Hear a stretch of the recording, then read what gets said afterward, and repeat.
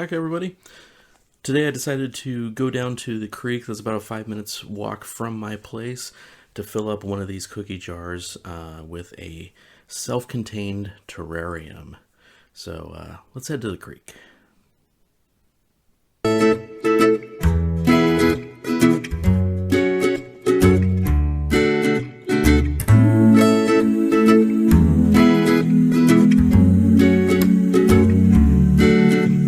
Met up with Evie, cute dog on the way.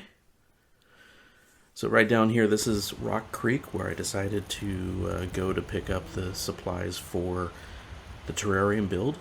This is where I picked up a lot of the rocks, some of the soil. I got some spring water, and then some moss and a plant for the build today.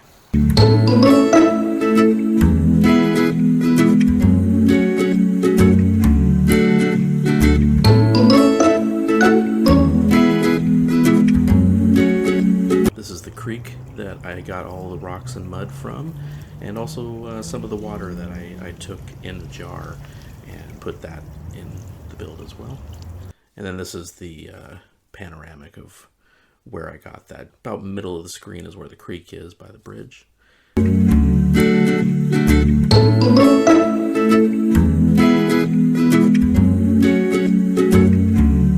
So back at home, here's the jar all clean and ready to go.